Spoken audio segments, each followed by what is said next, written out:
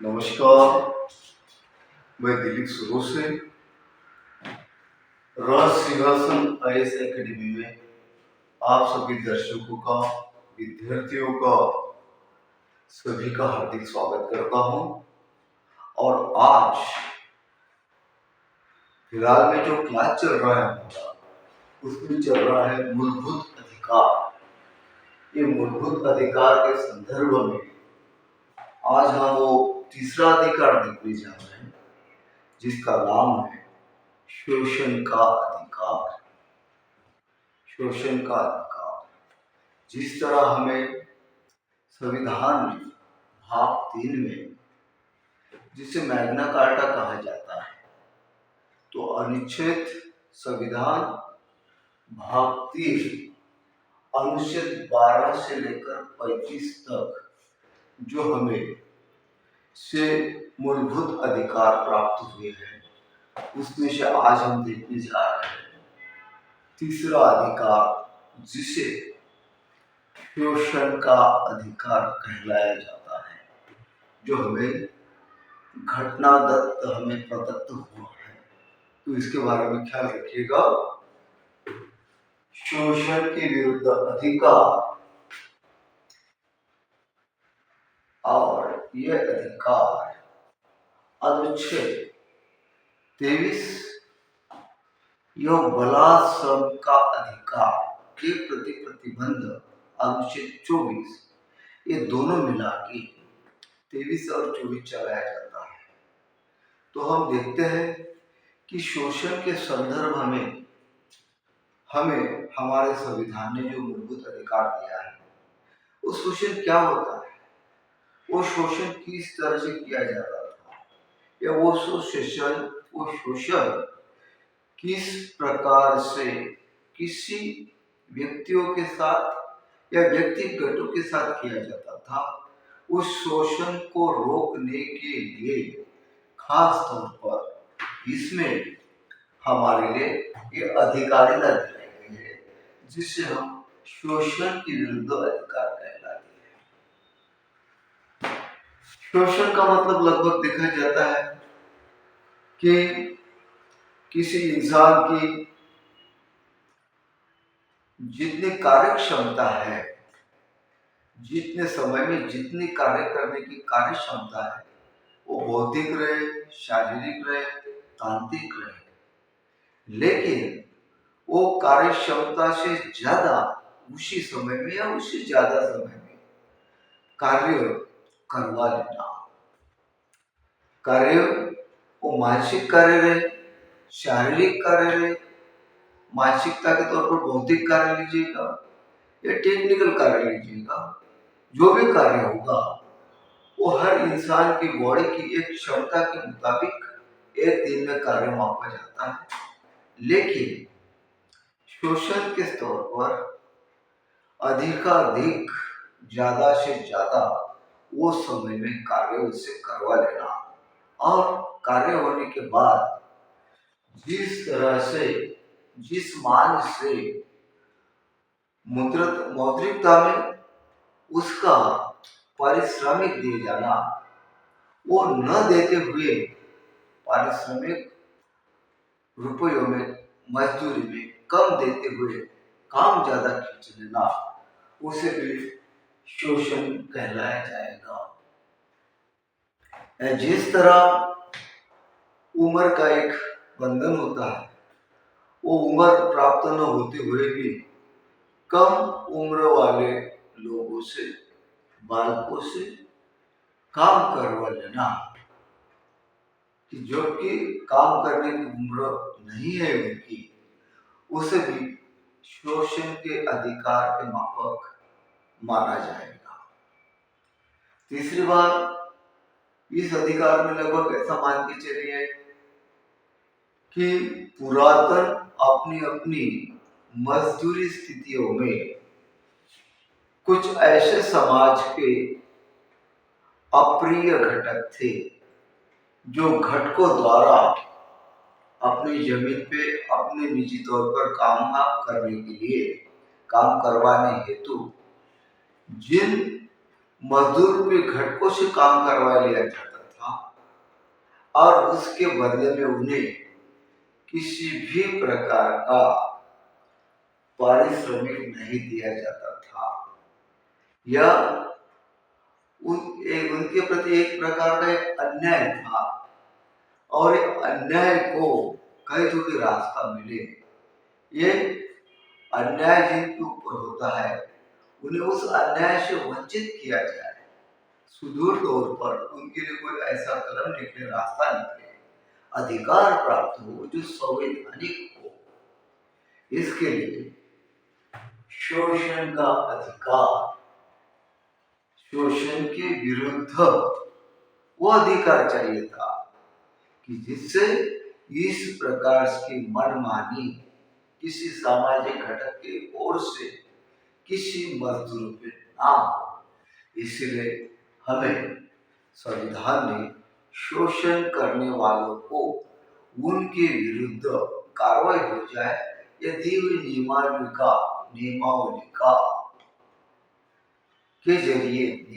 के जरिए काम होना चाहिए। और जिन लोगों का शोषण हो रहा था उनको भी शोषण के विरुद्ध आवाज उठाने के लिए यह अधिकार काम में आता है।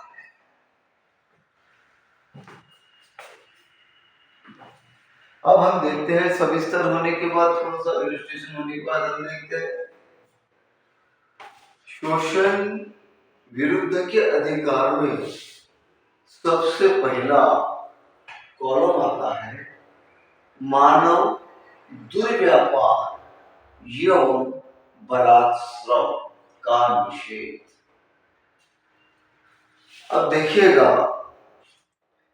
मानव दुर्व्यापार एवं बलात्कार का निषेध किसे कहलाया जाएगा? ये महत्वपूर्ण बात होगी। इसके ऊपर स्पर्धा परीक्षा में आपको पूछा जाएगा। मानव दुर्व्यापार एवं बलात्कार का निषेध। इसके पहले हम देखते हैं मानव दुर्व्यापार ये क्या होता है। अब मानव में महिला भी आ गई, मानव में पुरुष भी आ गया, मानव में बच्चे भी आ गए, मानव में बच्चे भी आ गए। तो देखिएगा, जिस तरह से किसी वस्तुओं का लेवा देवा होता है, किसी भौतिक वस्तुओं का क्रय विक्रय होता है, उसी तरह मानव देह का किसी मानव को बेच डालना, किसी मानव को खरीद कर लेना, किसी बच्चों को बेच डालना, किसी बच्चों को खरीद कर लेना, किसी महिलाओं को उसी प्रकार से बर्ताव करना, बच्चों के साथ भी उसी प्रकार से बर्ताव करना, उसे मानव दुर्व्यवहार कहलाया जाएगा। इसका मतलब यह होता है कि स्त्री हो या पुरुष हो, मानव बॉडी के साथ व्यापार किया जाएगा, बेचने का और खरीदने का, लेने वाले का और बेचने वाला और बेचवा, इन दोनों के बीच में जो खरीद फरोख्त होगी, जो इस संदर्भ में मानव बॉडी के संदर्भ में हो, उसे मानव दुर्व्यवहार कहलाया जाएगा। ख्याल रखना। इसके बाद बलात्कार का निषेध। बलात्कार का निषेध। बलात्कार का निषेध का मतलब क्या होता है? निषेध बोले तो नेगेटिव हमने दिलाया, नेगेटिव बात दिलाई। बलात्कार का ये अर्थ ये होता है कि बल द्वारा किया हुआ श्रम, ताकत जिस काम को करने के लिए ताकत लगती है, वो ताकत द्वारा किया गया श्रम ये भी होगा।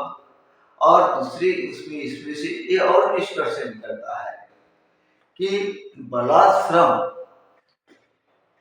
किसी कामगारों की इच्छा के बगैर, किसी काम करने वाले इंसान की इच्छा के बगैर उसके ओर थोपा गया कार्य, या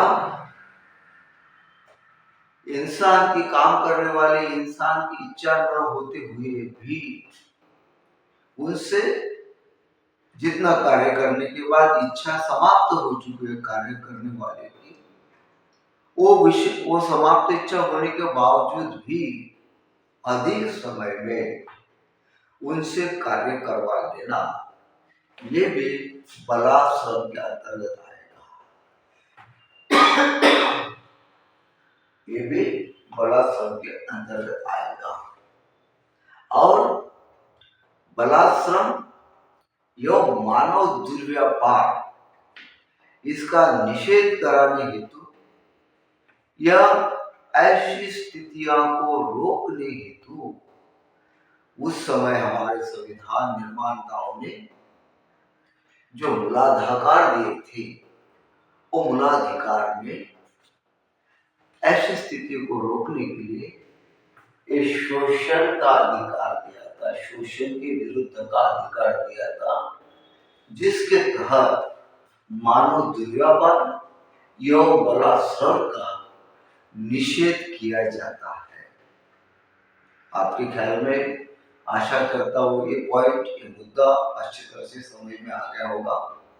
अब दूसरा मुद्दा देखते हैं हम, महिलाओं का एवं बच्चों का अनैतिक दुर्व्यापार। देखिएगा, इसमें भी महिला बच्चों का नाम आया था।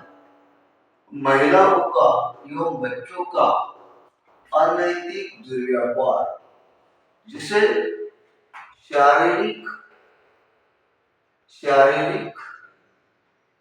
नुकसानदेह उपयोग एवं उपभोग, ये चार अल्फाज में शांति से सुनिएगा कि जैसे कहा है, महिलाओं का एवं बच्चों का अनैतिक दुर्व्यापार।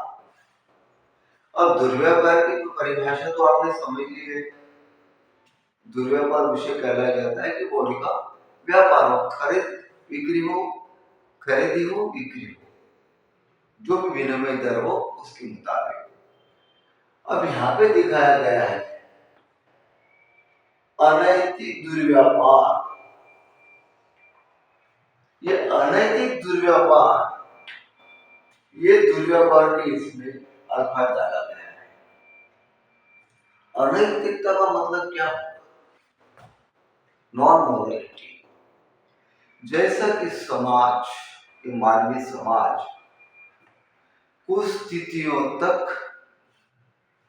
नैतिकता मानता है, कुछ कार्य क्षमता करने तक किसी प्रकार के एक लिमिटेशन तक नैतिकता मानता है, लेकिन वो मर्यादा जहां समाप्त हो जाती है, जहां पे लज्जास्पद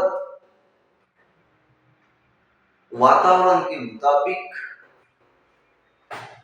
दुर्व्यवहार किया जाएगा, वहां पे अनैतिक की अर्थ दिया जाएगा, जो नैतिकता के पूर्णतया विरुद्ध है। जैसा कि महिलाओं द्वारा किसी विशिष्ट जगह पे समाज के लिए उसकी शारीरिक विक्रय का धंधा हो, महिलाओं के प्रति महिला से किसी विशिष्ट जगह पे शारीरिक के तौर पर, शारीरिक यूटिलाइजेशन के तौर पर काम करवाया गया हो, या लज्जास्पद काम उससे करवा दिया गया हो, वो हो जाएगा महिलाओं के प्रति अनैतिक दुर्व्यवहार। महिला बॉडी का यूटिलाइजेशन जिसे समाज मान्यता नहीं दे पाता, ऐसे यूटिलाइजेशन के संदर्भ में यह हमें अनैतिक माननी पड़ेगी। उसके बाद दूसरा मुद्दा आता है, बच्चों का भी अनैतिक दुर्व्यवहार होगा, जिसमें शारीरिक नुकसानदेह उपयोग, बच्चों के प्रति शारीरिक उपयोग एवं उपभोग का मतलब ये होता है कि बच्चा यदि 14 साल के नीचे है और उनसे कई संगठन, कई व्यवस्थापन या निजी तौर पर उनसे काम करवा लेना चाहते हैं, तो वो शारीरिक नुकसान की तरह अनैतिक दुर्व्यापार में आ जाएगा। कि जैसा दुर्व्यापार जो अपने कई बच्चों को किसी असामाजिक तत्व ने किसी के बच्चों को उठाकर भगा ले गया और उसे बेच डाला। जिन्होंने उसे बेचकर खरीद कर लिया, उनके द्वारा यदि बच्चों से जिनकी उम्र 14 साल से कम है, ऐसे से जो काम उसकी बॉडी नहीं कर सकती वो भी उससे करवा लिया जाए, इतनी अधिक मेहनत करवा लिया जाए, तो उससे शारीरिक हानि होगी और उसका उपयोग और उपभोग गलत तरह से किया जाएगा। तो ये दोनों बातें रोकने हेतु भी महिलाओं का एवं बच्चों का अनैतिक दुर्व्यापार, शारीरिक नुकसानदेह उपभोग एवं उपयोग, ये स्थितियों को रोकने के लिए भी हमें संविधान ने शोषण के विरुद्ध का अधिकार, यह मूलभूत अधिकार के तत्वों में समाहित किया है, ये भी ख्याल में रखिएगा। इसके बाद हम देखते हैं उसी तरह देवदासी एवं देवदास, ये प्रथा हमारे तत्कालीन स्थिति सापेक्षतावाद के मुताबिक समाज में थी। देवदासी एवं देवदास जैसा सोशल रिफॉर्मर्स होने के पहले जब हमें हमारे संविधान निर्माताओं ने शोषण के विरुद्ध के अधिकारों की बहाली की, उस समय बहुत सारे स्थितियों में सोशल रिफॉर्मर्स होना बाकी था। सामाजिक स्थितियां उस समय स्वयं मायने में न्याय करने वाली नहीं थी। ऐसे समय समाज के अंदर कुछ परिवार द्वारा जीते जागते इंसान को, शारीरिक को जीते जागते जो जीवंत जीता है, उसको एक किसी उद्देश्य के लिए विशिष्ट जगह पे छोड़ दिया जाता था कि आज से संबंधित जो भी नाम होगा शारीरिक जीती जागती बॉडी, इसको देवदास के नाम से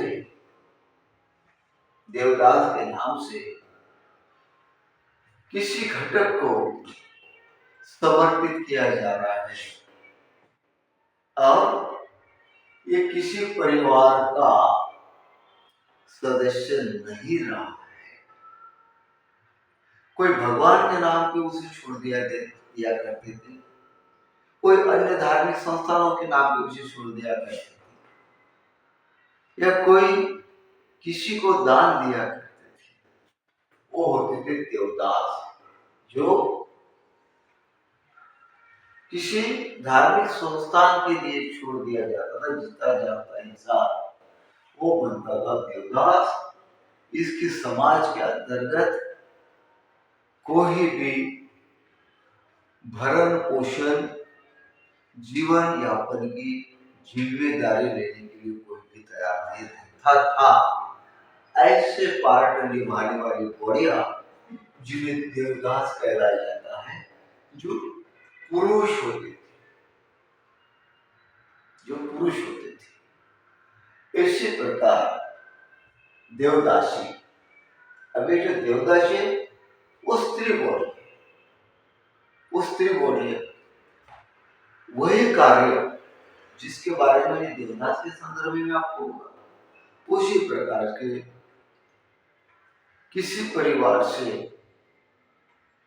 कुछ सामाजिक स्थितियों के मुताबिक भरण पोषण करने युक्त उनकी आर्थिक स्थिति ना रही हो या किसी अन्य वजह से देवदासी यानी स्त्री भी उसी प्रकार की थी, संस्थान को, धार्मिक संस्थान को अर्पित की जाती थी।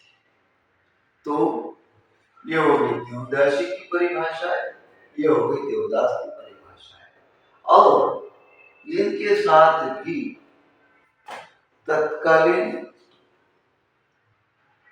सोशल पोजीशन के मुताबिक देवदास या देवदासियों से भी कुछ ऐसे समाज के असामाजिक घटक, असामाजिक तत्व, इनका व्यापार भी होता था और इनके ओर से कार्य भी करवाए जाते थे, जिनका कोई मुहाना देने की कोई जरूरत नहीं थी। समाज से देवदासी और देवदास के लिए सिर्फ उनसे कार्य करवा लेना, उनके शरीर से उपयोग करवा लेना और ये देवदासी के संदर्भ में उपभोग करवा लेना, ये भी माना जाएगा। तो इतना बड़ा जो अन्याय होने वाला था इस घटक पे, उस घटक को कहीं तो भी सुरक्षा प्राप्त हो, या इन दोनों के जीवन में जो स्थितियां हैं, जो अप्रिय घटना है, अप्रिय स्थितियां है, उसे रोकने के लिए हमें शोषण के विरुद्ध का अधिकार अनुच्छेद 23 में पाया जाता है, जिसे एक संवैधानिक मजबूतीकरण मिल चुका है। ये बात आपकी मुद्दा ख्याल में आ गई, ऐसा मैं समझता हूं। इसके बाद देखते हैं यो जितने भी प्रकार के मानव बलात्श्रम, दुर्व्यवहार एवं उनके अंतर्गत आने वाले महिला, पुरुष, बच्चे, महिलाओं एवं बच्चों के प्रति अनिष्टता, देवदासी एवं देवदास, इन सभी के होने वाले अन्याय को रोकने के लिए हमें इतना बड़ा अधिकार आर्टिकल 23 में प्राप्त हो चुका है। और संविधान निर्माताओं ने इस समाज के लिए मूलाधिकार के नाते से एक बहुत बड़ा अधिकार हमें दिया है। अब इसके बाद हम देखते हैं, इस रोकने के लिए सबसे पहली बात, भारतीय संसद द्वारा ऐसे व्यवस्था को रोकने हेतु दुर्व्यापार प्रतिबंधक अधिनियम 1956 में बनाया था। हमारा संविधान 26 नवंबर 1949 से शुरू हुआ, 26 जनवरी 1950 से टोटल लागू हो चुका। इसके बाद जब ख्याल में आया कि क्या क्या किया जाए इस शोषण के विरुद्ध के अधिकार के संदर्भ में, हमें क्या क्या करना चाहिए, तो सबसे पहले इन सभी अवस्था को रोकने के लिए शोषण के विरुद्ध के अधिकार के अंतर्गत भारतीय संसद द्वारा इस सभी व्यवस्था को रोकने के लिए दुर्व्यापार प्रतिबंधक अधिनियम 1956 में बनाया है, जिसमें ये सब बातें आ चुकी है। ठीक है, यहाँ तक ख्याल में आ गया, ऐसा मैं समझ के चलता हूँ। और इसके बाद नेक्स्ट मुद्दा, नेक्स्ट पॉइंट देखते हैं हम, बेगारी एवं बंधुआ श्रमिक, बेगारी एवं बंधुआ श्रमिक व्यवस्था।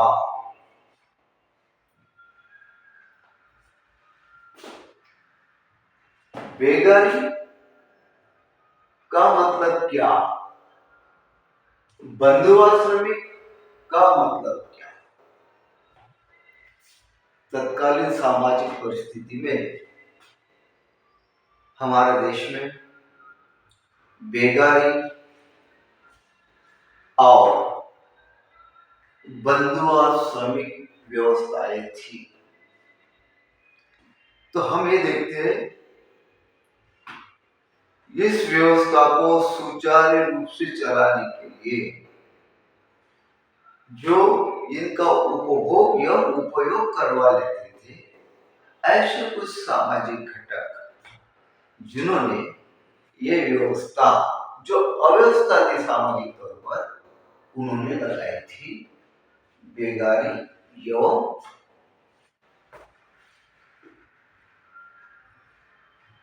बंधुआ श्रमिक व्यवस्था। अब बेगार के संदर्भ में हम देखते हैं, बेगार का मतलब ये होता है कि बेगारी व्यवस्था के मुताबिक जिस काम करने वाले मजदूर घटक हो, वो स्त्री हो या पुरुष हो, उनसे एक तो बलात् श्रम की तरह एक मर्यादा से ज्यादा काम करवा लेना। दूसरी बात, एक ऐसा मान के चले कि वो जो काम कर रहा है, वो जो बेगार स्वरूप में काम कर रहा है, वो केवल हमारे लिए बना है, हमारा कामकाज करने के लिए बना है, और हम उसे जिस तरह से जब भी कार्य करवा लेना चाहते हैं, जैसा कि जमींदार लोग, कोई अन्य व्यवसाय, उनके व्यवसाय हेतु या जमीन के कामकाज करने हेतु उनसे जब कार्य करवा लिया जाता था, तो उन्हें किसी भी प्रकार का संबंधित व्यवस्था के मुताबिक कुछ उसका पारिश्रमिक रुपया के तौर पर या अनाज के तौर पर या किसी भेंट वस्तु के तौर पर नहीं दिया जाता था। इसका मतलब सीधी सी बात हुई, बेगार कार्य पद्धतियों में कार्य पूरा कर्तव्य, अपनी ड्यूटी, अपनी मजदूरी निभाने के बावजूद भी वो घटक जो करवा लेते थे, जिनसे करवा लेते थे, उनके लिए कोई जिम्मेदार नहीं थे। जो कार्य करवाने वाले थे, कर देते थे, मजदूरी करते थे, उनको विनियम दर के मुताबिक जो भी पैसा देना चाहिए, मजदूरी दर देना चाहिए, वो नहीं दिया जाता था। वो इसमें था बेगारी, जिसे वेट बेगार में कहलाया जाता है। वेट का मतलब हो गया कि हमारा बंधुआ हो चुका है, हम उसको रोटी पानी खिलाएंगे पिलाएंगे, और हमारे यहाँ पे वो जीवन भर कार्य करता रहेगा। उसको कार्य करने के बाद उसकी जो मेहनत वाली मजदूरी होती है, उसे देने की कोई व्यवस्था नहीं थी। ऐसी स्थितियां बेगारी या वेट बेगारी, ये दोनों भी बातें उसमें समाहित है। अब दूसरी बात देखते हैं, बंधुआ बंधुआ श्रमिक। अब बंधुआ श्रमिक की स्थिति लगभग इस तरह ही थी। ये जो बंधुआ है, बंधुआ श्रमिक की स्थितियां भी इस तरह ही थी। इसे बांध रखा है हमने किसी जमींदार ने, किसी व्यावसायिक सेक्टर में, इसे बांध के रखा है। बंधुआ मजदूर है, हमारा बंधु है, और इसे हमारे मजदूरी के लिए हमेशा के लिए हमने रखा है, जो खा पी कर हमारा काम करता रहेगा, दूसरे की ओर नहीं जा पाएगा। बंधुआ मजदूर एक ही जगह रहेगा, एक ही इंसान के साथ काम करेगा, ये दूसरे के यहाँ नहीं जा पाएगा। ये और इसको श्रम, इस श्रम को कोई मुआवजा देने का सवाल नहीं उठता था। ये व्यवस्था थी हमारे यहाँ पे उस समय, जबकि सोशल रिफॉर्मर नहीं बना था। इसके लिए भी बंधुआ मजदूरी निरसन अधिनियम 1976 में बना। जो भी बात है ये बड़ा अपनी उनसे बंधुआ मजदूरी निरसन अधिनियम, इसके लिए, और बेगारी वेट बेगारी बंधुआ श्रमिक व्यवस्था, इसको प्रतिबंध लगाने के लिए लगभग हमारे यहाँ पे संसद द्वारा बंधुआ मजदूरी निरसन अधिनियम 1976 बनाया गया है, जिसमें इस प्रकार से जो भी मजदूरी करवा लेंगे ऐसे कोई घटक समाज के, कि इस तरह से काम करने वाले से काम करवा लेंगे और उनका कोई मुआवजा नहीं देंगे, उसके प्रति इस कानून से सीधी सीधी बात तौर पर उसे दंडित किया जाएगा, जेल भी होगा, दंडित भी किया जाएगा। तो तब कहीं बंधुआ निरसन अधिनियम 1976 के बाद में जो ये स्थितियां थी, जो ऊपरी स्थितियां थी, ये ऊपरी स्थितियां कम हो गई। तो ये था बेगारी, बंधुआ, वेट बेगारी, ये भी कह सकते हैं आप, श्रमिक व्यवस्था, इसके ऊपर प्रतिबंध हो चुका है पूरी तरह से, सोशल रिफॉर्म पूरी तरह से हो चुका है। और ये जो कानून बने, ये सीधे हमारे शोषण के विरुद्ध अधिकार, शोषण के विरुद्ध अधिकार आर्टिकल 23 के मुताबिक मूलभूत जो अधिकार थे उनके द्वारा हमें बाद में मिले। ये बात मुद्दा ख्याल में आया, ऐसा मैं मानता हूं।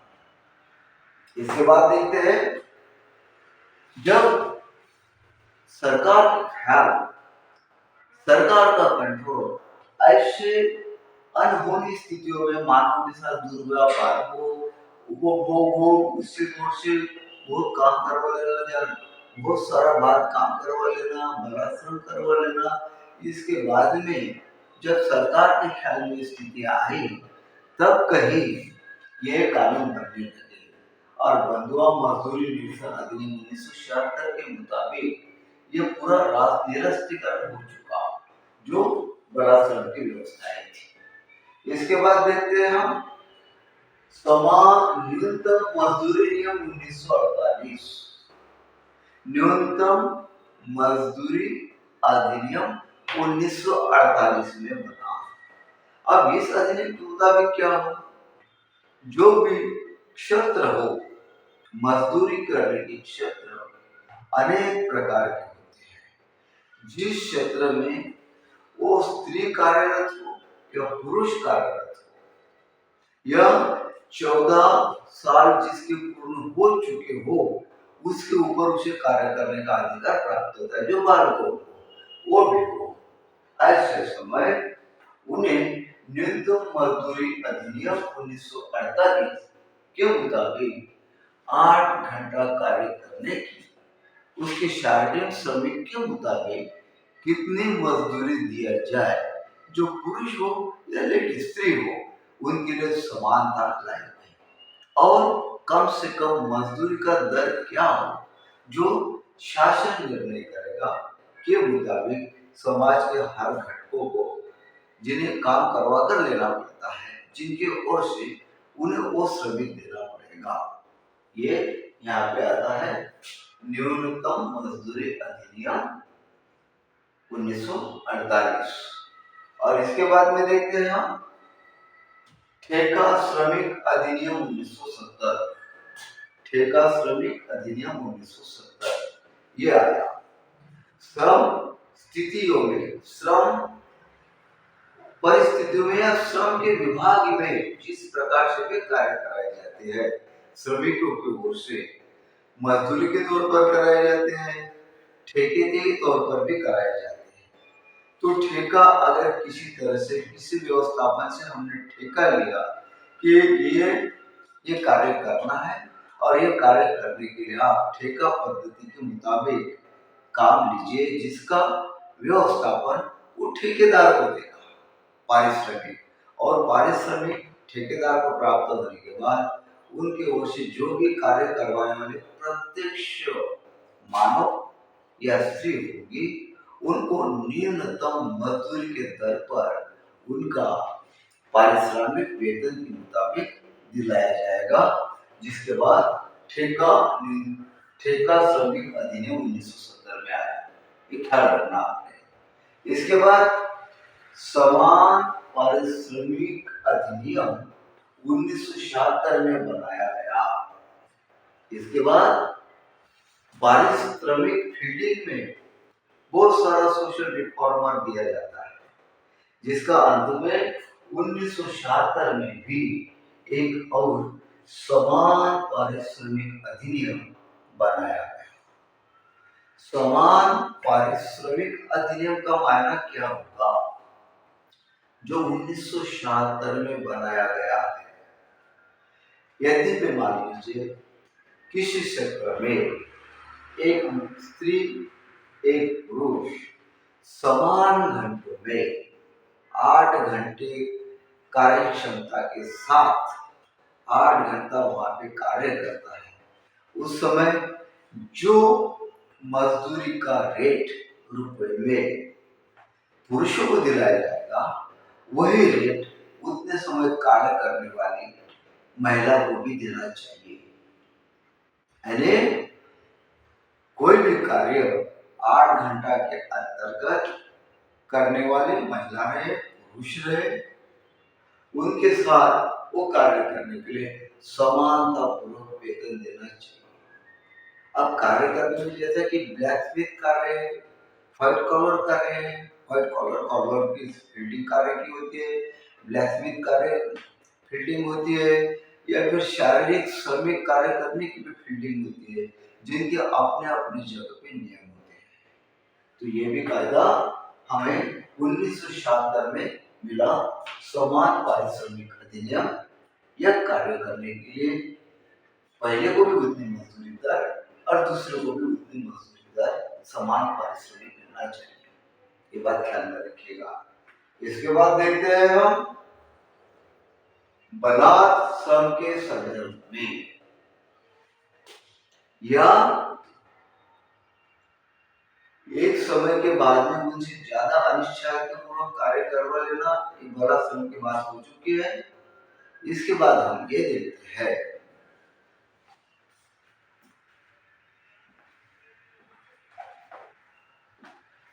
कारखानों में, खानों में या परिसंकटमय क्षेत्र में बालकों के नियोजन का निषेध।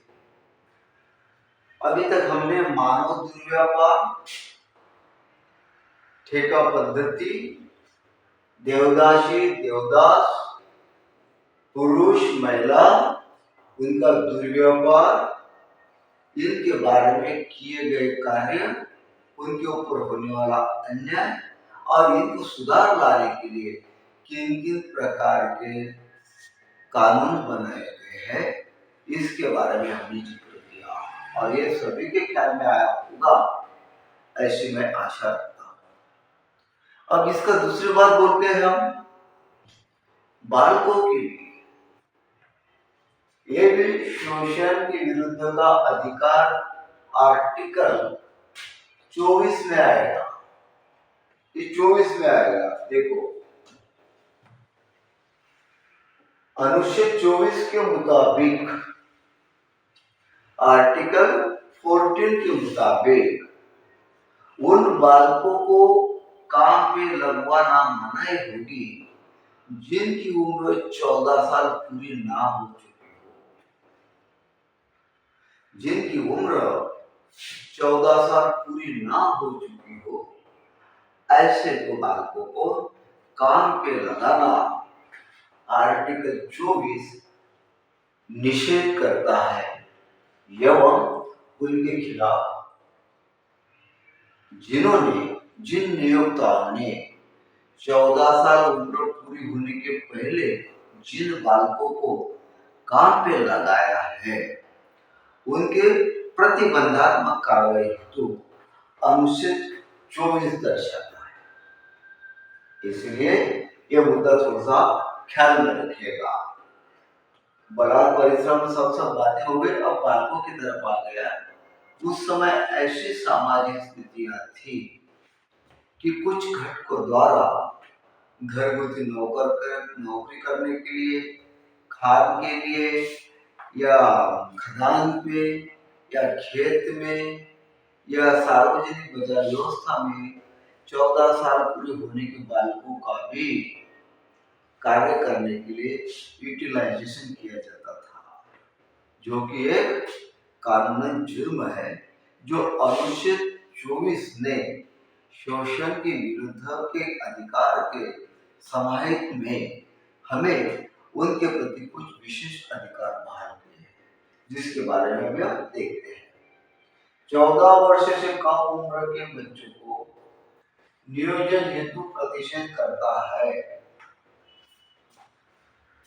14 उम्र के बच्चों जिनकी उम्र 14 साल ना है, उनका अगर कोई मैनेजमेंट यूटिलाइजेशन के लिए वापर करता है, उसका निषेध करता है अनुच्छेद 24। अब देखिए, कारखानों में, खानों में या परिसंकटमय क्षेत्र में बालकों के नियोजन का निषेध भी दर्शाता है।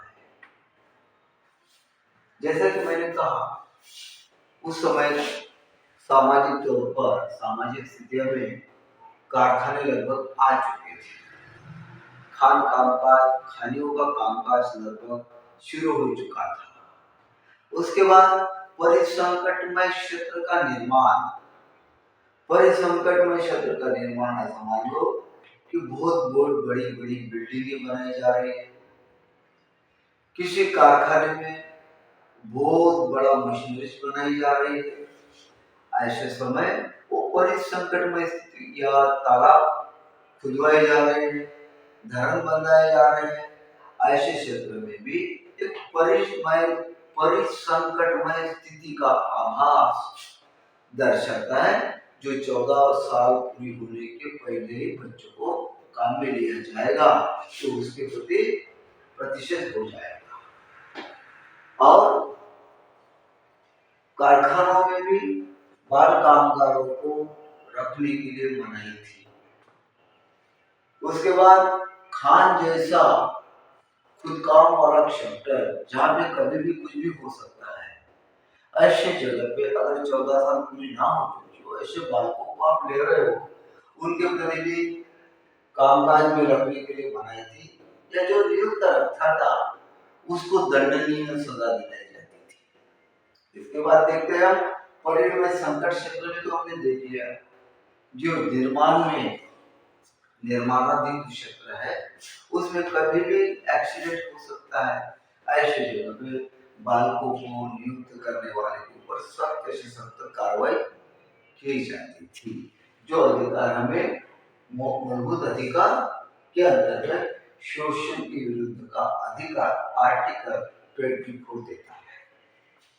इसके बाद देखिए, और जो बालकों के ऊपर इस प्रकार का अन्याय हो रहा था, या ऐसी स्थितियां पारिवारिक रही हो कि जो परिवार को अपने छोटे बालकों को काम पे भिजवाना पड़ता था, या ऐसी स्थितियां रही हो कि जैसे कि देवदास बलाश्रम, इसके मुताबिक भी 14 साल के पहले को बच्चों को, 14 साल उम्र पहले बच्चे को काम करवाकर लिया जाता था।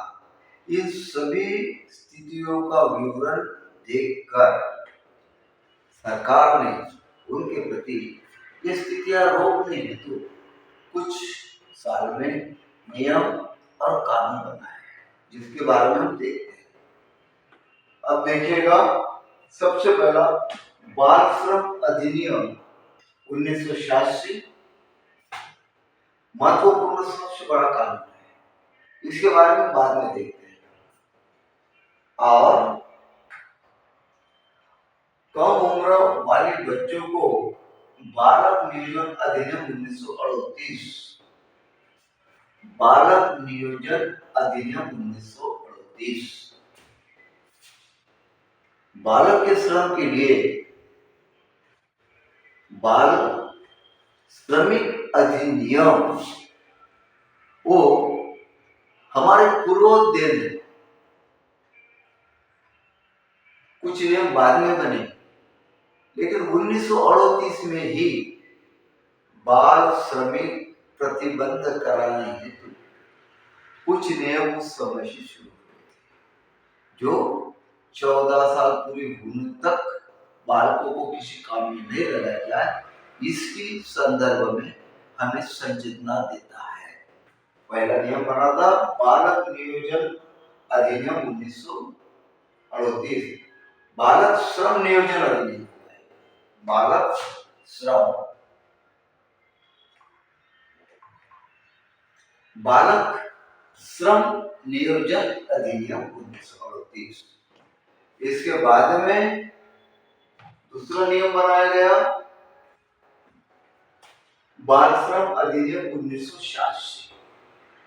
1986 में बाल श्रम अधिनियम के संदर्भ में और एक नया विकास हो चुका कि जो 1938 में बनाया था उसमें बहुत सारी सुधारणाएं और इस बाल श्रम अधिनियम 1986 के मुताबिक अगर 14 साल के पूरी होने के पहले कुछ घटकों की ओर से बालकों को द्वारा कार्य किया जाता है उसके लिए 2016 में सर्वोच्च न्यायालय ने एक टिप्पणी देकर विस्तार किया था कि जो उन बालकों के प्रति एक विशिष्ट तौर पर कोषागार निर्माण किया जाए। 1996 में बाल श्रम पुनर्वास कल्याण कोष स्थापित किया गया। बालकों का नियोक्ता की ओर से दंडनीय रकम 20,000 रुपया वसूलने का प्रावधान है जो दंडनीय है। अब थोड़ा यहाँ पे देखते हैं, थोड़ा ख्याल कीजिएगा। बाल श्रम संशोधन अधिनियम 86 के बाद और 2016 में भी आया। 2016 में भी आया। 2016 में इस बाल श्रम संशोधन अधिनियम 2016 में की क्या विशेषताएं रही या बालकों के प्रति उनके हितार्थ क्या क्या किया गया, इसके संदर्भ में हो सकता है आपको पूछा जा सकता है। तो देखिएगा, इसमें बाल श्रम संशोधन अधिनियम 2016 में जिनकी उम्र 14 साल से पूरी ना हो चुकी हो, 14 साल पूर्णतः कम हो, अगर नियोक्ता किसी प्रकार से किसी कार्य हेतु जैसा कि प्रतिष्ठान, व्यावसायिक प्रतिष्ठान जिसमें दुकान हो, व्यापारिक क्षेत्र हो, सेवा उद्योग हो, ये रहा व्यावसायिक प्रतिष्ठान। सेवा उद्योग में आप जानते हैं बैंकिंग सेक्टर आएगा, इंश्योरेंस सेक्टर आएगा, उसके बाद में बहुत सारे सुविधाएं बनाने वाला सेक्टर आएगा जो सेवा उद्योग के अंतर्गत आता है।